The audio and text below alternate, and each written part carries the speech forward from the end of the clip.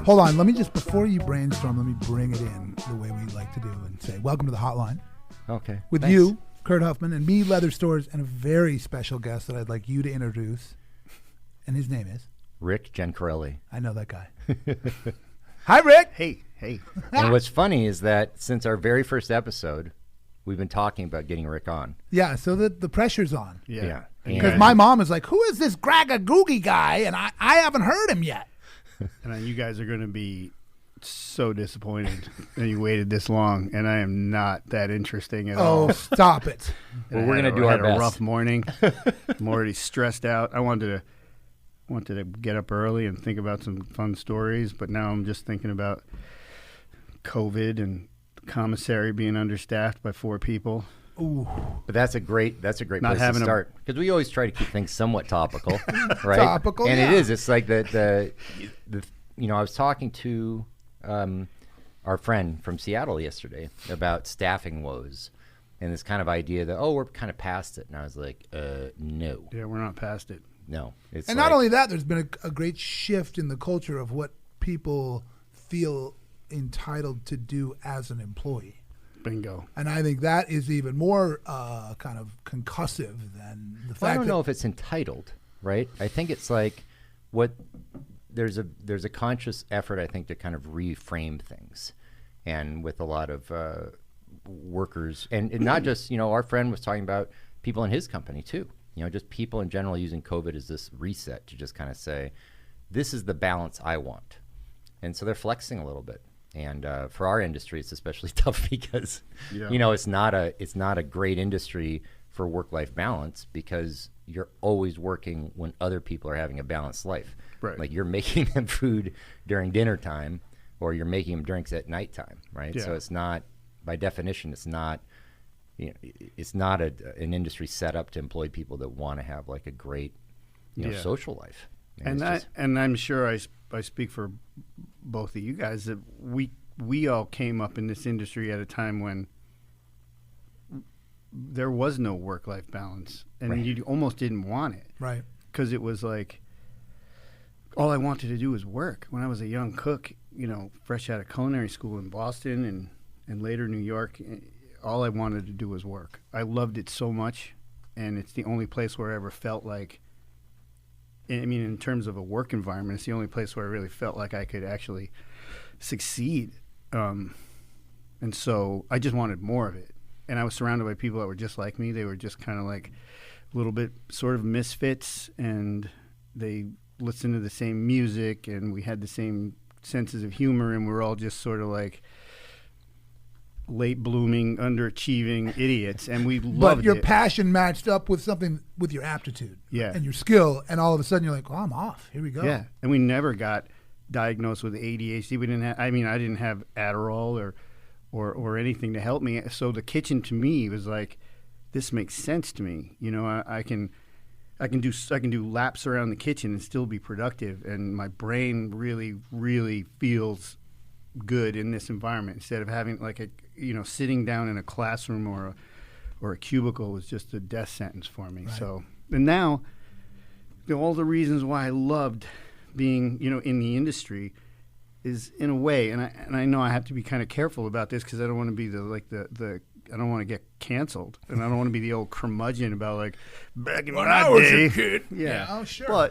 But a lot of that's being stripped away, in this work-life balance, and this sort of like, I don't know. No, Kurt and I were talking about an article that was in the New York Times about 2 months ago. Peter, I can't remember his old kind of famous New York chef who had kind of a farm-to-table restaurant, and he wrote this article where he was like, maybe restaurants need to be closed less, and they need to have staff close more often, right? Staff on flex schedules, so that if you have to bounce out, then there's someone right there to cover you, and people are going to pay more. And it's just like it was this pipe dream, that assumed so many things about not only how people would behave financially, but how they would understand the dynamic of the new restaurant culture kind of immediately.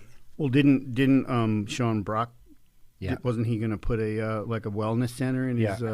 I don't know how that's working his out. new but- multi-million-dollar like complex. It's like the Nike headquarter restaurant. That's how you have a work-life balance. You start Right. with a couple of $1 million. Yeah. And here's the great thing is that on the sidelines, guess who's licking their chops? All the immigrants. Yeah. It's just like, come on. Just go ahead, do all that stuff, because here we come. Yeah. We're going to grind, and we're going to undercut your prices, and we're going to work 90-hour weeks, and we're going to build this family restaurant into something awesome. Yeah. And all you other people are just going to kind of like, kind of weep. Work-life balance your way into mediocrity. Well, if you have the people that want to do it, if you think about going to dining in San Francisco, what I always thought was so weird, and that kind of started, I mean, how it's impossible as a first-generation immigrant to open something in San Francisco. It's so expensive. And that dining culture down there was defined by that, right? Yeah. And so, but now you have all these, prefix 400 per person things, and that's supported by the tech bros and everybody else, but it's not very interesting. Yeah. And that industry down there just kind of, it's just an oddball industry. It's either super well promoted or super well funded or something, but there's nothing gritty about it. Yeah. So And that's a speaking bummer. of gritty, I would like to maybe go back to some of these earlier stories, because one of the things that I think unites both of us is the joy of having a leader, a chef that we admired and were willing to take both grief and sort of my way or the highway instructions. And I know that you worked for Todd English, Yeah. who was certainly like right there at the beginning of all that Celebrity Chef. I had a buddy who worked in Boston, and I want to say the name was kind of pointy, like Limelight or Trapezoid or Rubicon or some shit like that. And he said they had this game that they would play where they would say, do you like duck meat? And then they'd say, yeah, and then they would say duck, and then they'd flick them in the goodies. Ooh. And that was just kind of like an allowable thing. Yeah. And what were some of the hazing regulars, some of the kind of Oh man. crazy activities that you experienced or were victim to or engaged in as a young cook? So, my two earliest chefs. This was while I was still in culinary school. So I was on my externship. That's from CIA in San Francisco, working at Aqua, at the height of their power, and they were like in their second year. They were the hottest restaurant in the country. Michael Mina. Michael Mina was the chef de cuisine, but George Maroney was the Right. chef proprietor, and Mark LaRussa was my direct boss, who's now in Vegas, and we've been in contact. So I want to go see how he's doing. He's working at Wynn, so I think that would be fun. But George was sort of like owner, proprietor, and he would breeze in and just he would spread evil everywhere. Did he have a little bag? He kept it in his jeans. But so my first day he comes up to me and he says, "Hey, where are you from?" And I told him, I was an extern from CIA. He's like, "Oh, yeah, okay, I went to CIA. It's going to be a tough job. It's going to be a really hard five months for you, but you're going to learn a lot. But it's going to be really hard." And then like a week later, he literally made a salad on me, like, because it was, I guess it was under-seasoned, or he tasted it, and these guys were militant, crazy, like next level, like grown men crying because they got kicked off the line at lunch, and there was no tickets. Everything was verbal. So in addition to all the And stuff, how many seats? Aqua had to be 120 maybe. Jesus. Okay. Big. So what does that mean, made a salad on you? Yeah, so he wasn't happy with the way it was made, and this was a lot of pressure. Like, I felt nauseous before service every day. Like, I was out in the alley, and I was just like, this is my first real job in a kitchen of this magnitude, working with these kinds of people. Every line cook, I was on Garde Manger, so like, and that was really like, Garde Manger is a cold station, appetizers. Yeah, pantry. Yeah. I never, we always called it Garde Manger. So, there was a lot of it was a lot of pressure because you would get yelled at every day. I mean, you know, just to check you. I mean, Right. even if you were doing everything right, you got yelled at just in case you did something wrong later. And so, yeah, he's like, "Hey, this salad tastes like shit. Come here, Gencarelli." And so then he's like, "It's my fault. My fault. I blame myself because I never showed you how to properly make a salad, and I don't think you were trained right." So then he proceeded to take all the ingredients and throw them at me, including the vinaigrette that ended up all over my. So I'm wearing lettuce and I'm wearing the vinaigrette. And It doesn't the sound like it salt, was pepper. evenly dressed, though. There's just one example of just being just demoralized in front of an entire staff. Yeah. Like so you've got the runners and the waiters, waitresses, you have all the line cooks, you got the dishwashers, and we're all in one room together, and there's one guy just getting, you know, humiliated. And was that daily? Well, it just depended on the day. You know, there were days when I would walk in. You know, we showed up, first of all, you know, I showed up at 10:30 or 11 for a 5 o'clock, you know. Shift. Clock shift. in. Yeah. Right. Well, no. I mean, for a 5 o'clock, you know, that was our deadline for To have all your shit. dinner. Right. Dinner services right. started at 5, but we rolled in at 10 because if you weren't set up, you were dead. So I had to step off the line and punch in at 2 o'clock, and then I had to, if I wasn't done breaking down, I would have to punch out and continue working. So Jesus. I'm glad George isn't listening. He'll fly here from.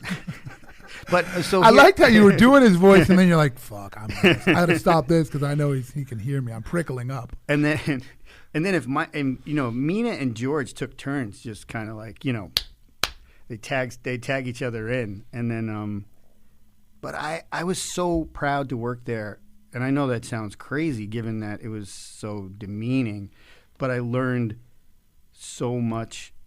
I kept my station so clean. I got better every day. By the end of my externship, they begged me to stay. As a cook, as a paid employee. Yeah, they were like, "You don't need to go back to school. You're gonna learn everything you need to learn right here at Iowa." They're not wrong. And I was tempted. Yeah. And I was like, "There's no way. I mean, I have to finish school." So, but I really did, like, in a weird way. And maybe this speaks volumes about like how demented I am, you know, or what I don't know. I never really took the time to figure out what went wrong. That I really enjoyed that abuse, but That's called Stockholm I don't syndrome. want to talk about it. But I did sort of know that it was being done in a way that, like, hey, this is how Charlie Palmer taught me. This is how David Burke treated me. Right. And look where I am. So I want the same for you. And it was done in this very strange, unhealthy but loving way. Right. And I did get better. And then I did see, like, I did get, like, okay, well, when this is working well, this feels better. And, you know, George would tell me horrific stories about how, you know, Charlie Palmer George burned his bones in the oven for a stock, and Charlie came out to the alley where George was smoking a cigarette and threw the whole roasting plaque at him and burned him. So anyway. Yeah, that it made its own gravy. It's incredible. And there was this sort of perverse pride in making it. But you could either be forged by the fire, you know, or just broken Yeah. by it. And plenty of people were. Like, I remember Marco Pierre White's book talking about Gordon Ramsay just finally, like, giving up and just crying in a ball on the ground in the Yeah. kitchen. And, yeah, I felt that way too. Yeah. But it's just not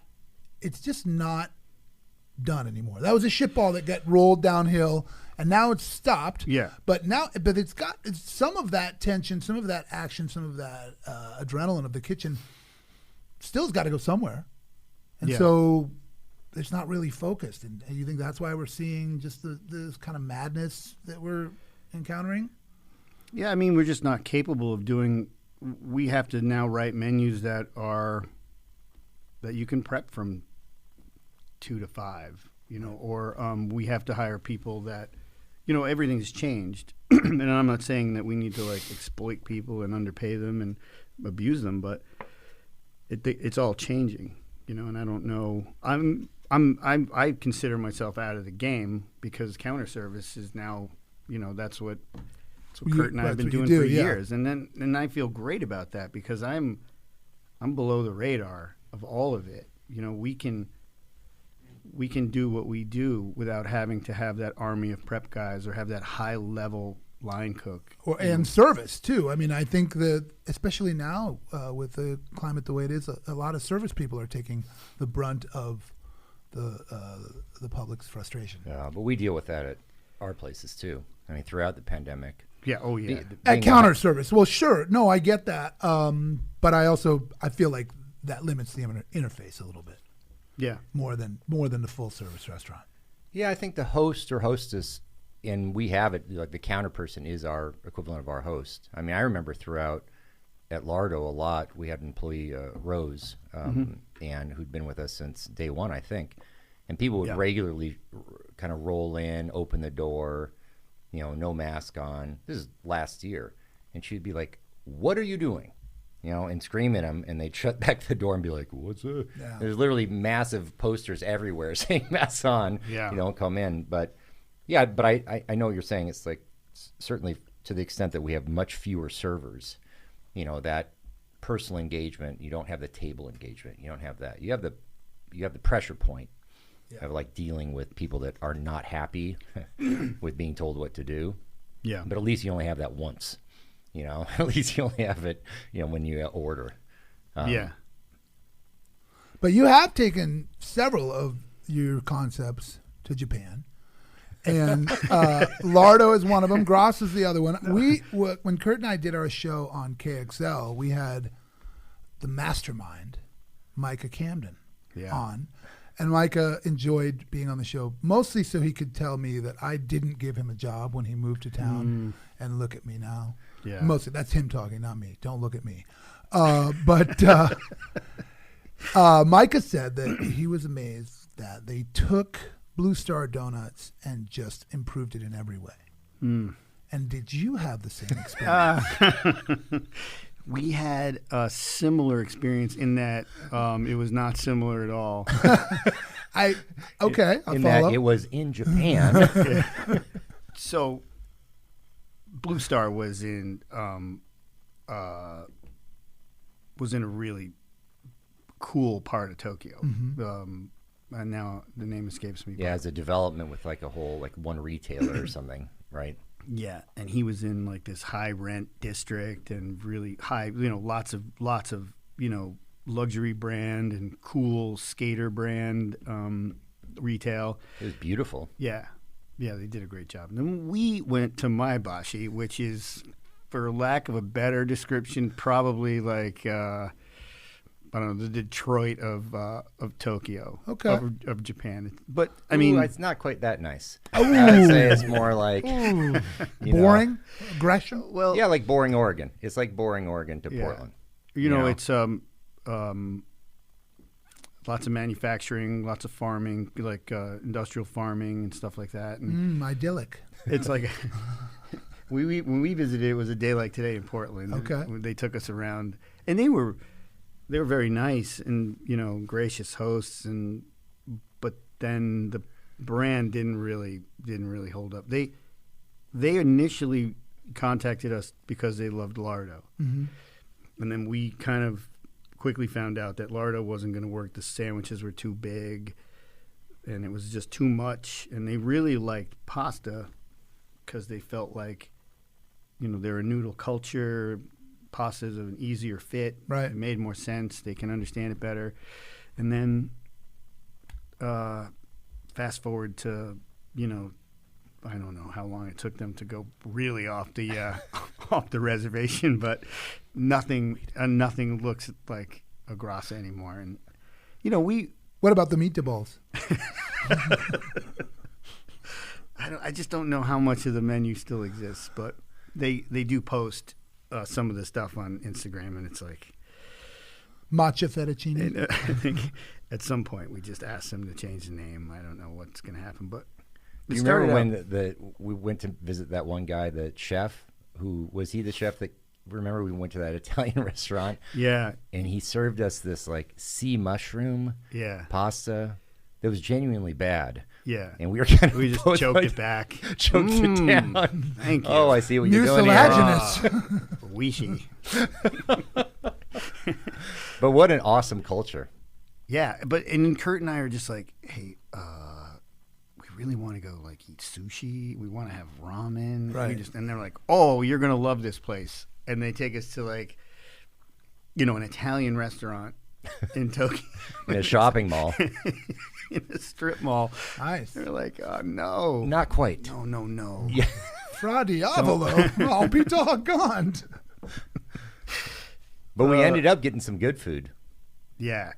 But Maebashi was strange. I mean, it's a strange little town, and it's in the epicenter of it's the Gunma province, so which is where like 95% of all pork comes from, Right. And amazing pork. So we kind of thought there was a link there. But the guy that brought us over, he has an eyeglass or glasses company called Jins, and he's a really cool guy. And we like this, like he's trying to reinvigorate this town that is literally like kind of fallen asleep. I don't think it's gonna. I don't think it's know gonna when work. it's gonna invigorate, but holy moly! But it was, it's funny, and it's very funny to think. People are like, "Oh, don't you have one in Japan?" It's like, it's not quite what you think. We're medium huge in Japan, and also lightly anonymous. So, I mean, it's been really so. Our sort of upside to all this is just going every year. Right. And that's really, now since obviously not traveling for so long, it's been sort of missed. But I just wonder, like, I want to know what the preparation is like for them when they know we're coming. Like, they have to change the whole menu. They have to learn how to use tomato Get rid of that sauce udon. And that was the upside. We just thought, well, let's get an annual trip out of this, right? Yeah, and that's been working That's out all. great. That's all we. Oh, that's fantastic. It's awesome. And I'd love to go back. I just don't know what The reception. with so much time now that has gone. I mean, if we were going once a year, Sure. that was great because we maintained a relationship, but now it's been so long. I just feel like it's going to be really, really strange, and it might be awkward, but I think we should still go. Well, darn tootin'.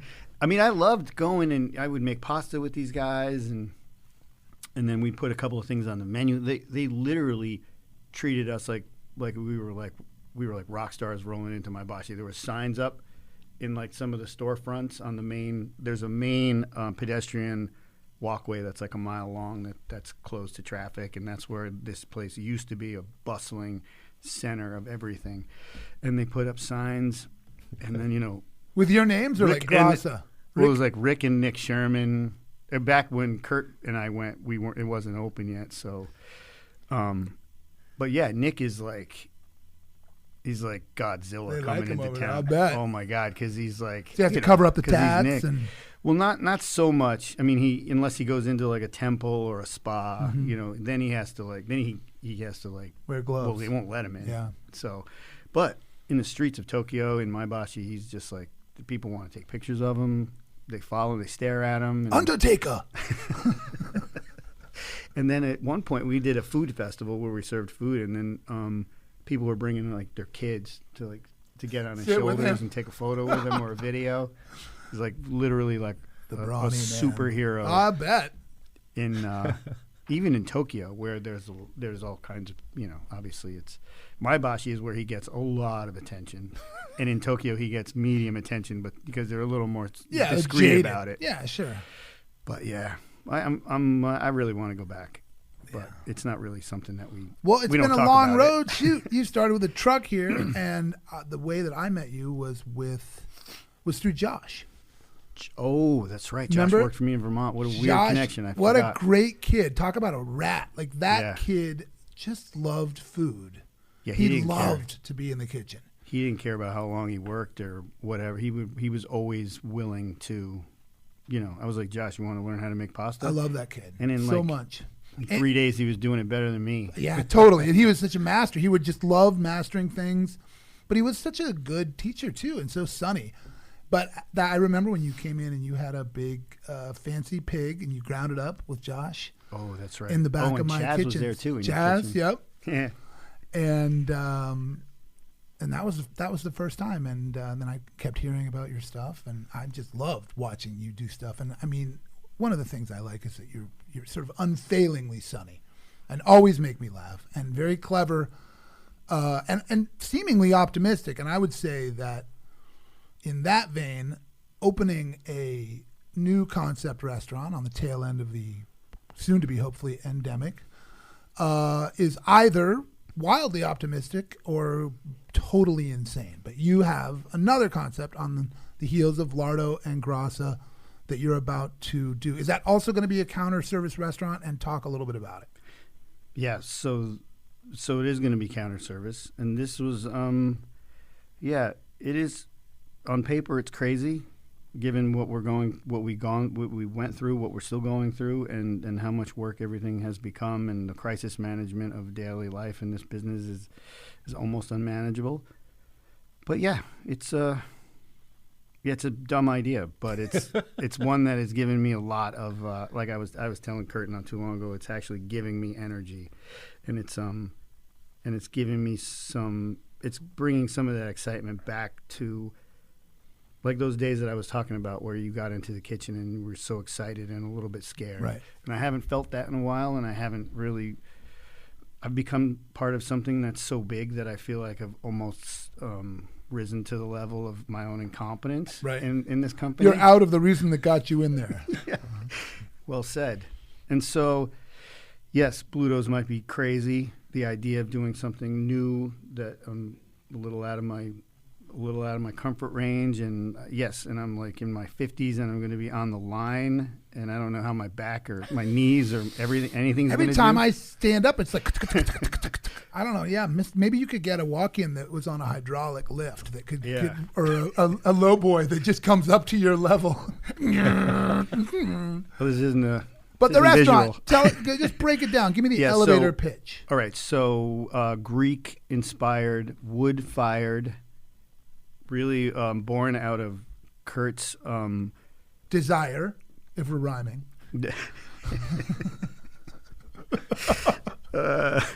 Yeah, I mean, Kurt started going to Greece with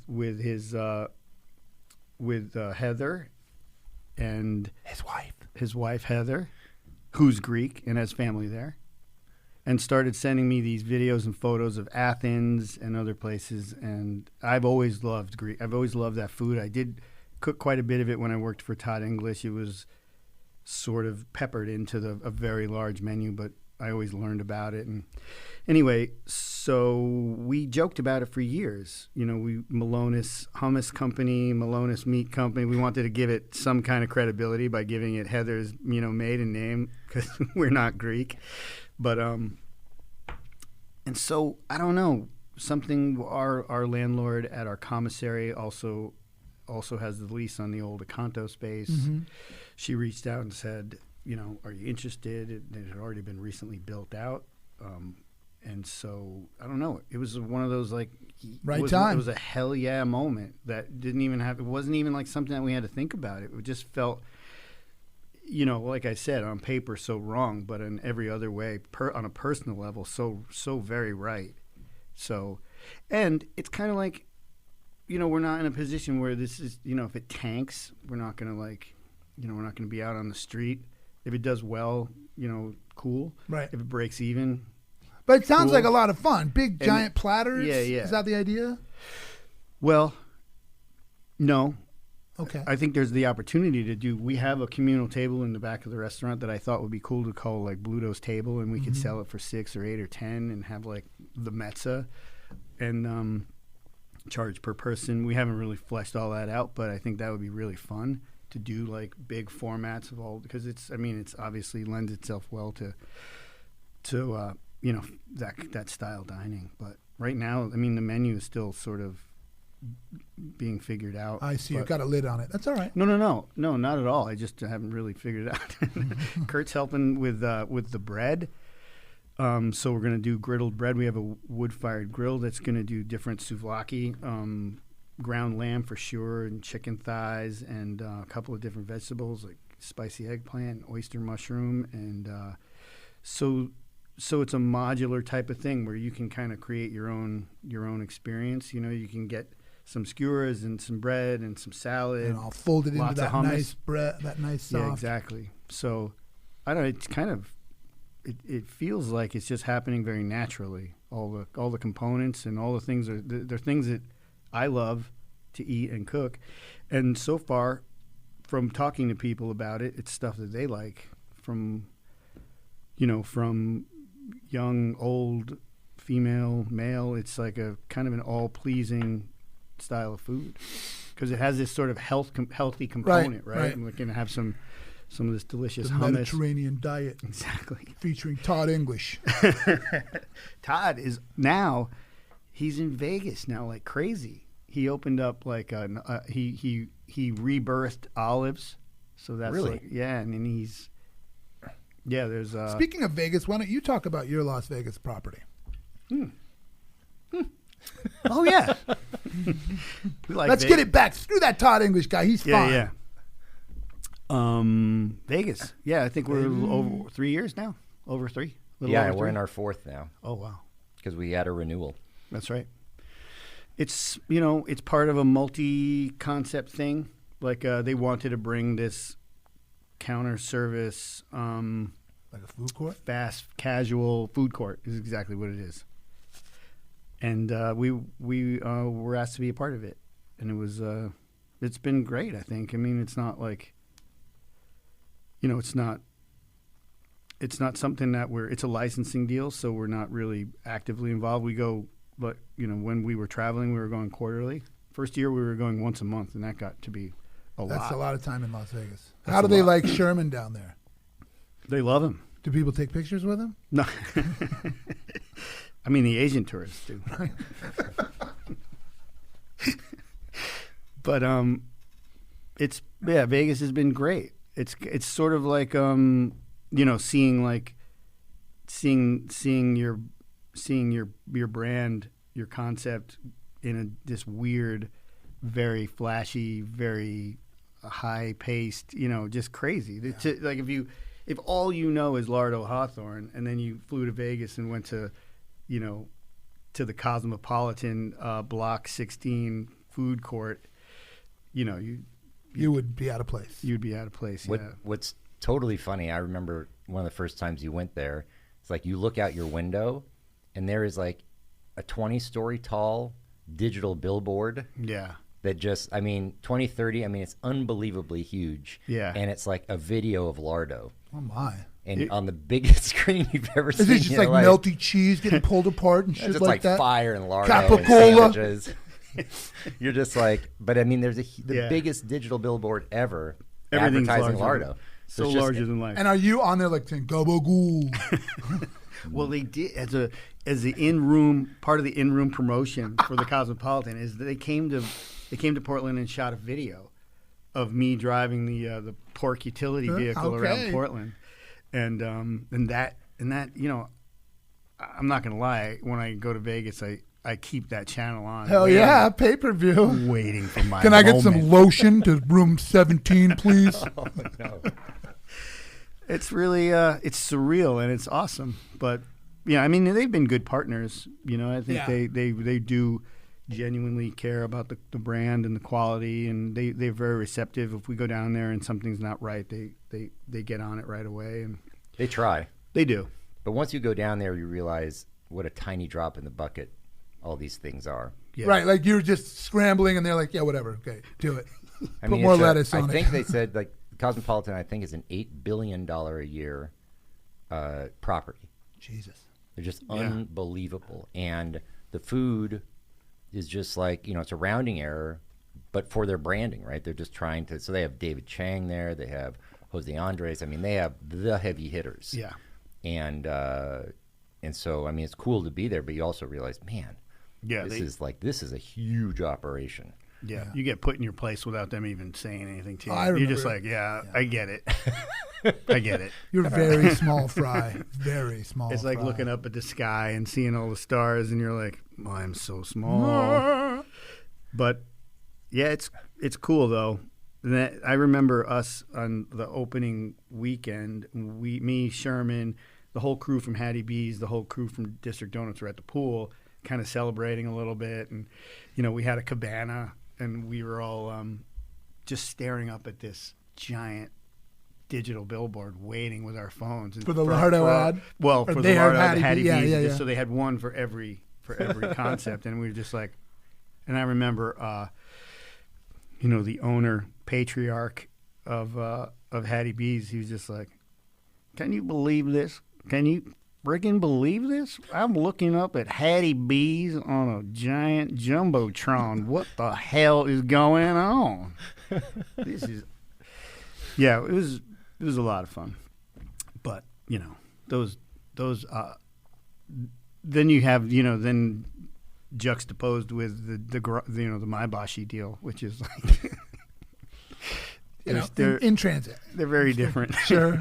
But how great that you're out of a freaking truck. Yeah, this is your course, and I'm so impressed. And that's part of, thank you. But that's part of like why I love this business, is that you never know where it's going to take you, right? Yeah. You never know what's going to like float through your email, and you say yes to taking a meeting with a bunch of Japanese people, and all of a sudden it's like, oh yeah. Yeah, and then you end up going to Tokyo, and it's enriching, right? I mean, it just becomes more than just making sandwiches and pasta. It just becomes like a really, it becomes your life, and your family. Yeah, and I think you get to a certain age where that stuff is like, yeah, I'd rather go to Japan than I don't know. I just don't think the saying yes to something like that, this weird sort of handshakey deal with guys that have this dream of, reimagining their home, his home, his birthplace, was for us more exciting than, what are we going to make? Right. So I don't know. I just passed Rick over the photo that a friend took of the corner store by Lardo. Yeah, I saw this when I went to Montana. Yeah. So we're doing so they shut down Kenyon Zooks. Oh, and you guys are going in the airport. Going to right now there's at the very, very end of the e-concourse, there's a red box that is a Lardo. Ooh. But kind of a Lardo, has the name Lardo, and then Rick worked on these magic oven sandwiches. I think, Kurt, you're better at describing the many phases of the airport than I am, because this is basically going to take. So you're covering Portland, you're covering destination places, and you're covering the way to get there. It's all Lardo all the time. You can fly yourself to Japan and have a mortadella. Exactly. Well, not yet, but I mean that's a long-term goal, because they won't have them at these stores, because we only have these magic ovens. Well, then stop on your way and get one for the plane. Oh, you can stop, yeah. So I want to hear your version of the Lardo opening story, because every time you tell it, just tickles me. Lardo Southeast, the original Lardo Southeast. So I don't know what part of the opening. There was a lot of funny moments, but I mean, I was just getting to know Kurt. We had talked over the, I started trying to contact Kurt when I first moved here, and I was gonna open a fine dining restaurant, and then I sort of saw an opportunity to open a food cart, did that, and then as I sort of started to establish a little bit of a following and some credibility, then we started talking, and anyway, found the space at Hawthorne, and it started to get some good buzz. I started to get kind of nervous about it, because we were just operating a small food truck. I don't think we did more than, I don't know. The scale was so crazy. And then we're in this, and then we're at 12th and Hawthorne, and people are talking about it. And we're still operating the cart. Like those two concepts overlapped. And we got just a few days before opening, and we're just scrambling to get set up. And then I had to run to Pittman to get some small wares or something, and I get a call from Kurt, he's definitely in his car, and he was like, "Rick, yeah, Kurt, I was just in the kitchen, and there was a guy filling up a squirt bottle with mayonnaise with what seemed to be a tablespoon. And I don't think you understand that we are going to get fucking killed tomorrow. I hear it. I don't know how you do it. There's something that you capture in every impression, but I hear it. Go ahead. And was he right? Oh yeah, he was. I was like, I'm running an errand. I'm going to get right back there right away, and I'm gonna look into this. That's a Todd English signature move, isn't it? Yeah, always with it. You know, the With the smallest tablespoon. spoon, demi-tasse, ideally, if you could get it. Canal. Go ahead. But and then sort of like, so the bigger picture of that was, yes, we did get fucking killed, horribly, horribly killed, just destroyed. And at the end of the day, we realized that we're going to have to figure out a new way to prep, cook. Everything had to be scaled Transfer up. sauces. Yeah. But it made me, it kind of like in a good way, on one hand, it was very embarrassing because I had my partner telling me that, that it was just kind of somebody was doing something really stupid. Right. The shit show was brewing and he could see it. Yes. But on the other hand, it gave me a lot of confidence in the fact that, I was partnering with somebody that, was, on the ground. Feet on the ground. Boots on the ground. And that's what knew the kids say. that was a really stupid way to fill up a squirt bottle. And not only that, but, it made me realize that it wasn't just Kurt wasn't so in his lane, blinded with other things that he couldn't cross over and help me. He's a multi-lane kind of guy. For real. Yeah, just like little things, right? Like the day I got the, like Kurt called me about, I got some of your potato chips, and they're great. They're great. But they're kind of stuck together. So you might want to, I think that is kind of taking away from the experience. Sounds like but he gave you a compliment sandwich, though. I think that's good leadership. Yeah. Oh, yeah, totally. You can't have the the bitter without the sweet. I think I've only called like maybe 4 times in like 9 years just to say there was something wrong. A miss. Yeah, and it's, obviously it's helpful. And now I just it's hard not to, I get emails, right? And I read all of them and we respond. Like Nick and I are very sort of pride ourselves on how quickly we respond and how we respond. And I think, we Don't get me started. Now, oh man, this is a good one. This is a good one. So back when we opened, Kurt was like, I'm gonna handle Yelp because I know that you guys, you chefs, you have a couple of beers, you sit down, you get emotional. Right. So anything, 2 stars or less, I respond to, and I will, and I was like, great, you can take the keys. I don't want to handle any of that. And then during COVID, Kurt broke his own rule. Yeah. Had a couple drinks and got yelping. I don't know the circumstances, but it was pretty awesome. Yeah. I know that he can, every once in a while, the fine stitching can So stretch and tear. which one was this? I don't remember this guy was in the heart, right in the middle of COVID, the worst time.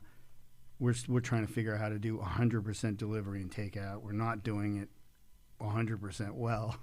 We're doing it just kind of surviving. We have, and we're getting, we're getting complaints about the time or the autograt on the anyway, there was lots of things to complain about. Nothing was good. Nobody was happy. Right. We weren't happy with having to do this, and a lot of customers and drivers weren't happy with all the changes. So anyway, this guy, I don't really remember, but Kurt's final response to him was, I think it would be a good idea if you just ate a bag of dicks. That would be the best outcome. Keto. That's keto, by the way. And it was it was an appropriate response. Was he from Seattle? Oh, no. Oopsie. It's just exhausting sometimes. I mean, he complained, I do remember. Complain about stupid shit, and you're just like, just don't ever come back in Yeah, at some point you just have and to go eat a bag of dicks. It was a private message. I didn't make it public. Okay. Until now. I think you said you tried to say GFY, but that got rejected. So you had to change. You had to change what you said. Oh, yeah. Somehow Yelp did allow it. got It's censored. okay to say. Eat a But bag of Sherman dicks. and I had so much fun with that because the morning after, I met Nick at Hawthorne, and I was like, "Is this the guy that took the keys away from Yelp?" Yep. Because he was going to be the non-emotional, level-headed guy that wasn't, responding. At the same time, though, it's nice to see him have your back like that too. Isn't Oh, it? absolutely, absolutely. Trenches, Yeah, Nick shared that with trenches, everybody. I remember walking in and all the staff was like smiling, and I was like, "Hold on, what's going on in here?" Yeah, it was one of those Slow clap for Huffman. standing up. We love you, Coach. We love you. But the opening of Lardo, it's so many things went wrong, and it was kind of like almost comical because it was so busy that the kitchen was running in and out of the walk-in nonstop, and the walk-in broke, I believe, and we had a health inspector, Oh, right. and so we failed. Ooh. Yeah, we failed miserably because, Temperatures. temperatures, fluorescent lights didn't have a cover. I mean, it was all these things that were just like, Obvious. I don't know. It wasn't obvious at the time Sure. because I was figuring out how to put mayonnaise in Right, store bought, right. apparently. Wait a minute. Look at this. It's a funnel. Hey, wait a minute. But the walk-in went down or whatever. The guy came in at the worst time Yeah, ever. they managed to do that. Yeah, it And, was just horrific. Yeah, and then we got a call from Dirty Dining, the TV show, the local Channel 6. I didn't even know that was a thing. Right. That used to be a death knell. Right. These restaurants, and usually they were not, Yeah. places of your caliber. Yeah. So we braved it and just smiled and said that we fixed all the problems and we'll get a perfect score tomorrow. But then they sent the TV crews. Right. And I was like, and they walk in, with the cameras and the mics in my face. And I was just like, can you hold on a second? Then I called Kurt, like, KT, who's down here. Can you be here in like 2 minutes? Yeah, I'm on my way. A minute and a half. So Kurt sat down and, kind of, Confused. took care of it. Admitted fault, explained how we were fixing it, and then made a totally unrealistic promise that as of tomorrow, we would get 100% of the score. Yeah. The rats are already packing. Yeah. Oh. And I remember, the end of those nights. Kurt used to call in, kind of nightly. How'd you guys do? How we were busy, and he'd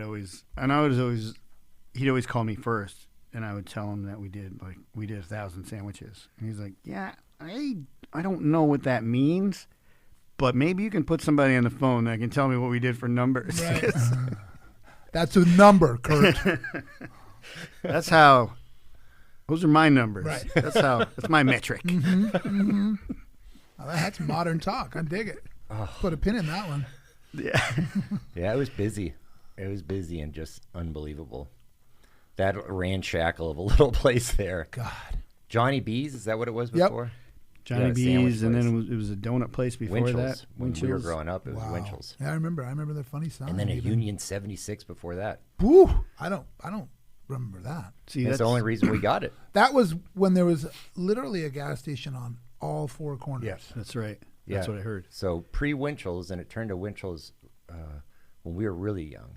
I want to say in the 70s. But there's soil pollution there, which is why we ended up being able to get it because Micah Camden wanted to put a little Big Burger there. Right. And Greg Goodman was trying to buy the building.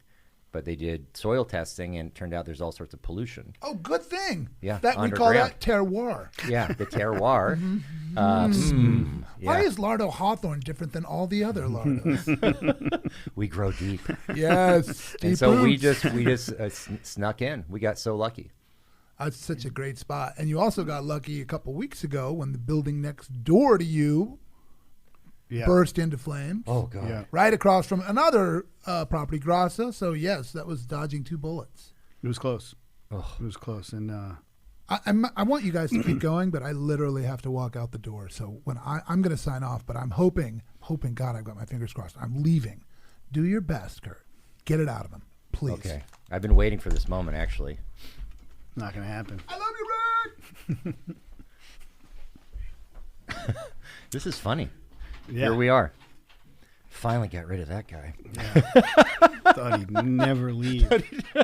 Where does he have to go anyway? Looks like he's going hunting. I don't know what's going on. But the last time we were in a room together sitting down for this long, bad memory, but I couldn't help it. oh, are you talking about our racketeering past? That's right. Yeah. Racketeering, so many other felonies. Oh God. Yeah, we got so in one of the fun stories that has helped define some of our tics and emotional damage is we were in a lawsuit, and what we learned, you learned a lot when you're in a lawsuit. Mostly is that lawyers are terrible, at least the ones that are kind of going for the jugular. Yeah. And we but my favorite part of the lawsuit was that when they actually filed, I believe they sued us for $9 million.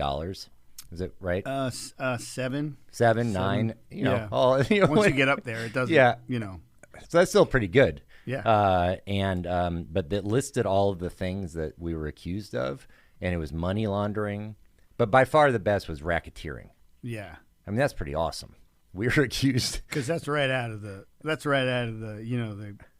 the organized crime handbook. Right. And as an Italian, I feel like that's got to bring some street cred, right? Yeah, absolutely. Yeah. I had some bragging rights on the East Coast for sure. Yeah, the Swiss community don't look so highly on that. I don't think my family was very proud. So, but yeah, so we came out of that relatively unscathed when you think about it, aside from the emotional damage of going through it. Yeah.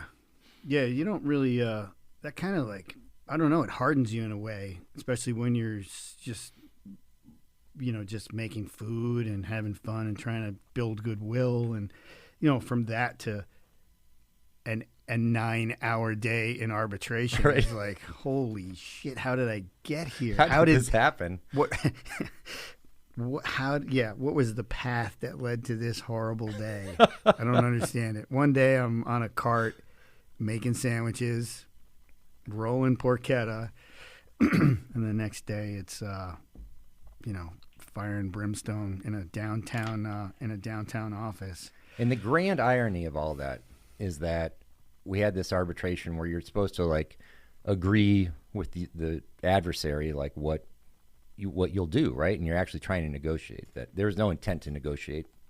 When we sat down with the other side, like they just didn't want to negotiate. It was just basically give us what we want or nothing. And what we offered in the arbitration is exactly what they ended up taking after another $100,000 of legal fees suing us. Yeah. So it's such a, lawsuits are such an absurd waste of money.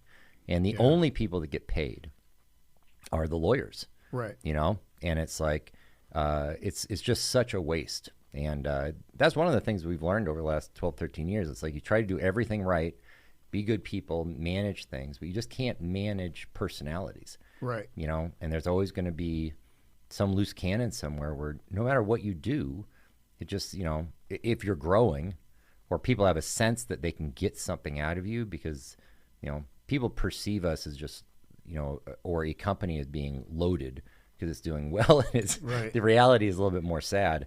But it's as soon as there's that kind of sense that maybe there's something to get, man, people just come out of the woodwork. Yeah. It's just amazing. But I feel like it's sort of made, and I never thought we were going to come out of it because I had never been through anything like that. You had a little more experience and a little more of a, broader view of how this is all going to play out. But when he was, when we were being attacked like that, and it's just such a horrible feeling. I just like I remember going home and and having dinner with Sheila and the boys, and they were a little too young to understand what was going on. But I was like, I don't know that we're gonna get through this. Right. Like, Jesus. And she was, Sheila was great. She was trying to say, well, look, we rebuild. You can, right. This is, it's just, it all came, the food and the concept came out of your head. You can do it again. And so, but I wasn't happy with that. Right. I just felt like this is like my third child you're trying to take away from me, and for what, and it just, oh man, I didn't sleep for a year and a half. That's miserable. But, yeah. And the only way to actually to prepare for something like that is just to be able to look back and know that you did the right thing the whole time, right? Yeah. Like, at least that to me was where I kind of drew confidence. It's like, all right, if there had been any monkey business or weirdness, but there just wasn't, and there won't be. It's like you just have to, if you set the foundation right, then when something like this happens, and we get, just recently, for instance, we got a call or got a letter from a lawyer asking us for, basically saying that this person that worked for us had been fired without cause. And unfortunately, we now have procedures where if there's any kind of HR-related thing, we document it. We make sure that there's emails sent and so forth. And this guy came in guns a-blaring, and we've seen those in the past, saying, and what happens is a disgruntled person goes and sees a personal injury lawyer, and then they come to you and they always ask for an outstanding amount of money, $100,000, $200,000. And now at least we have the documents where it comes back, and you're never supposed to do this, but I do this regularly when I know we're right. So I just call the attorney. And so I called the attorney and just said, hey, responding to your letter, but you got to know this person did something really wrong, and it's documented. Yeah. And and I described to him exactly what had happened, which was really bad, right? And that's why he's terminated. And the next day, I get a letter saying, this is to let you know I'm no longer representing so-and-so, right? Yeah. So huge victory.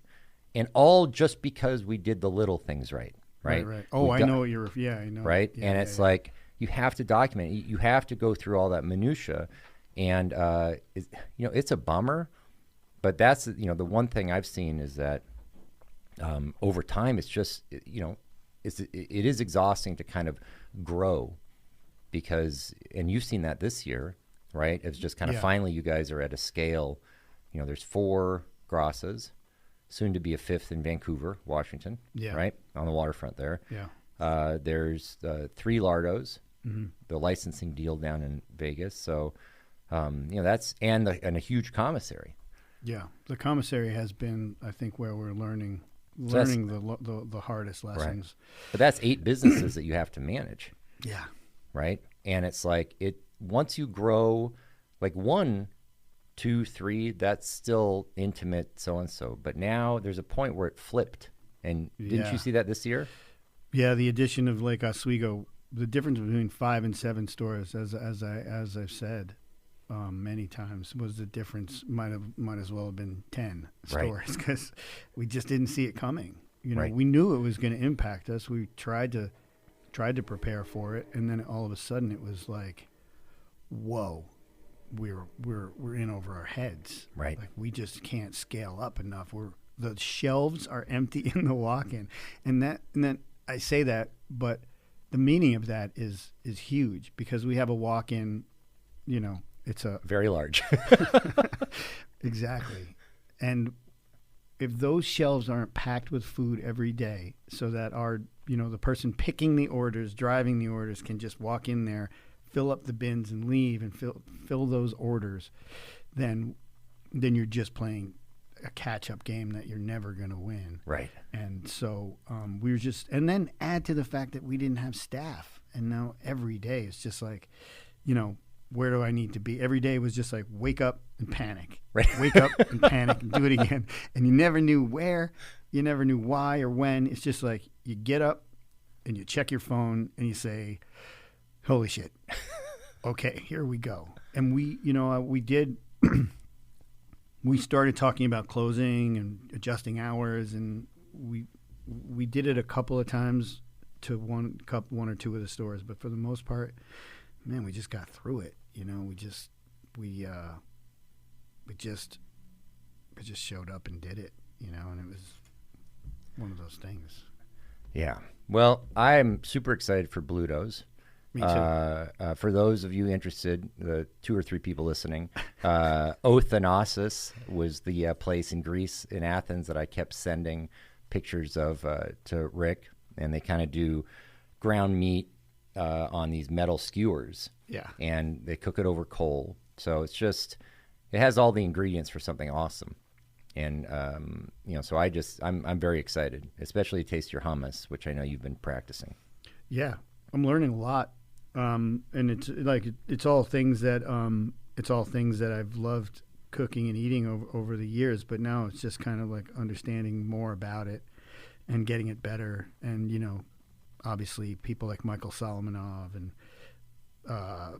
even, you know, Casey Mills and Tusk and all these people that are kind of doing similar things, you know, more Israeli and Lebanese than Greek. But I just think it's fascinating. And for me to be learning and growing at this stage with so much going on, and I just think it's, I think it's going to be fun. You know, got a great crew, putting together a good team for the place, and yeah. Well, Rick, thanks. Thank you. Thanks for taking over for Leather. Yeah, he bounced, huh? Yeah. Something I said? I don't know. I think there's mushrooms to be picked somewhere in the forest or something. Man, I forgot to ask him about that. He has a very busy schedule. There's a lot I wanted to ask both of you guys. I just feel like I got sidetracked by this morning. By Japan. By Japan. All right. Well, we're signing off. Rick Gencarelli, Kurt Huffman. Thank you. Thanks.